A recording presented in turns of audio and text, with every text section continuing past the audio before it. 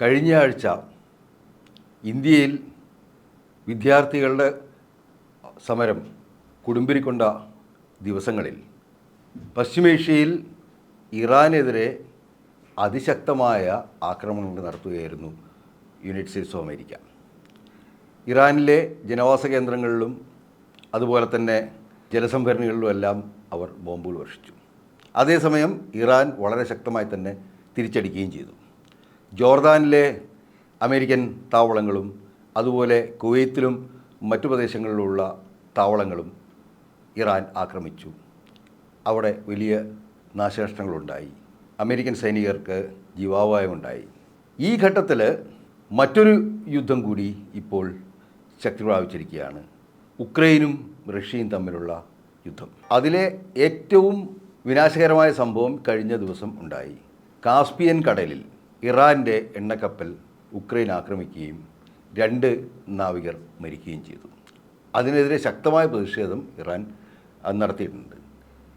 ഈ യുദ്ധം ഇറാനും ഉക്രൈനും തമ്മിലുള്ളതായി മാറിക്കഴിയുമ്പോൾ അതിന് ഒരു ലോക യുദ്ധത്തിൻ്റെ അവസ്ഥ കൈവരും. കാരണം റഷ്യ തീർച്ചയായും ഇറാനെ പിന്തുണച്ചുകൊണ്ട് പിന്നെ യുദ്ധരംഗത്തേക്ക് ഇറങ്ങും. അപ്പോൾ ഉക്രൈനുള്ള സഹായങ്ങളുമായിട്ട് യൂറോപ്യൻ രാജ്യങ്ങളും കൂടി വരുമ്പോൾ ഇത് ഒരു ലോകമഹായുദ്ധമായി പരിണമിക്കാനുള്ള സാധ്യതകൾ ഏറെയാണ്. യഥാർത്ഥത്തിൽ ഈ കാസ്പിയൻ കടൽ എന്ന് പറഞ്ഞാൽ അത് ഒരിക്കലും ഒരു വലിയ കടലല്ല. ഇതൊരു ലാൻഡ് ലോക്ക്ഡ് ആയിട്ടുള്ള വളരെ വലിയൊരു തടാകമാണ്. അതിൻ്റെ വിവിധ വശങ്ങളിലായിട്ടാണ് Iran, Russia, Georgia, Turkmenistan, Azerbaijan തുടങ്ങിയ രാഷ്ട്രങ്ങൾ എല്ലാം ഉള്ളത്. അപ്പോൾ ഒരു ലാൻഡ് ലോക്ക്ഡ് ആയിട്ടുള്ള സമുദ്രത്തിൽ വലിയൊരു യുദ്ധം ഉണ്ടാവുകയാണെന്നുണ്ടെങ്കിൽ അത് ഈ പറയുന്ന രാജ്യങ്ങളെല്ലാം തന്നെ ബാധിക്കും. അതിൻ്റെ ഒരു വശത്ത് കിടക്കുന്ന തുർക്ക്മെനിസ്ഥാൻ, അതിൻ്റെ നേരെ എതിർവശത്ത് കിടക്കുന്ന അസർബൈജാൻ, റഷ്യ, അതുപോലെ തന്നെ ഇറാൻ, ഈ രാജ്യങ്ങൾക്ക് എല്ലാവർക്കും തന്നെ കാസ്പിയൻ കടലിലേക്ക് എൻട്രി ഉണ്ട്.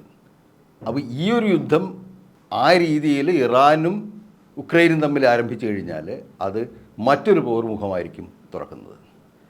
ഇതിനിടയിൽ നടന്ന മറ്റൊരു സംഭവവികാസം, അമേരിക്കൻ കോൺഗ്രസ് വീണ്ടും യുദ്ധത്തിനെതിരായിട്ടുള്ള നിലപാട് സ്വീകരിച്ചിരിക്കുന്നതെന്നാണ്.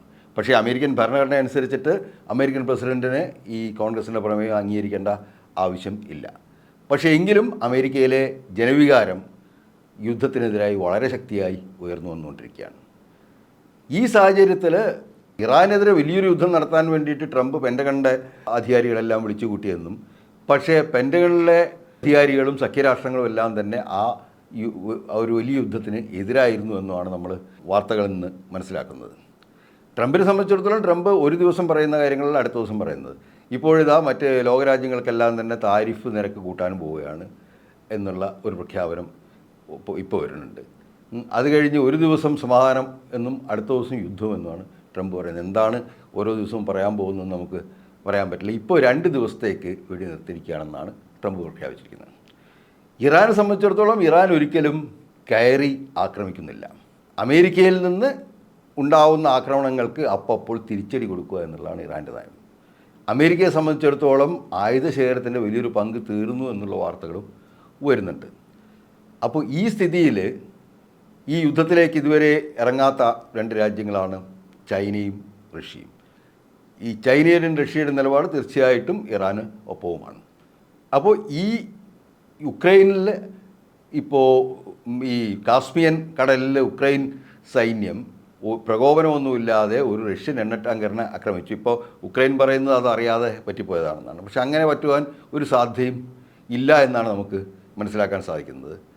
അങ്ങനെ ഉക്രൈൻ യുദ്ധത്തിലേക്ക് വരികയും ഇസ്രായേൽ ഉക്രൈന് സഹായിക്കുന്ന നിലപാട് സ്വീകരിക്കുകയും ഒക്കെ ചെയ്യുമ്പോൾ ഈ യുദ്ധത്തിൻ്റെ ഇന്നത്തെ ദിശ തന്നെ മൊത്തമായി മാറുവാൻ സാധ്യതയുണ്ട്. ഈ കാര്യമായിട്ടുള്ള ചർച്ചകൾ ഇപ്പോൾ നടത്തുന്ന ഖത്തറും അതുപോലെ തന്നെ മറ്റു ചില രാജ്യങ്ങളുമാണ് ഇപ്പോൾ സമാധാന ചർച്ചകൾ നടത്തിക്കൊണ്ടിരിക്കുന്നത്. ഇതിന് എന്തെങ്കിലും തരത്തിലുള്ള ഫലം ഉണ്ടായില്ലെങ്കിൽ ഈ യുദ്ധം പല രീതിയിൽ മാറി വരാൻ സാധ്യതയുണ്ട്.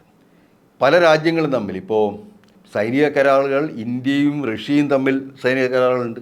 അതുപോലെ സൗദി അറേബ്യയും ഈ മറ്റ് അറബ് രാഷ്ട്രങ്ങളുമായിട്ടുള്ള സൈനിക കരാറുണ്ട്. അമേരിക്കയും ഇസ്രായേലും തമ്മിലുള്ള സൈനിക കരാറുണ്ട്. നാറ്റോയും യുക്രൈനും തമ്മിലുള്ള കരാറുകളുണ്ട്.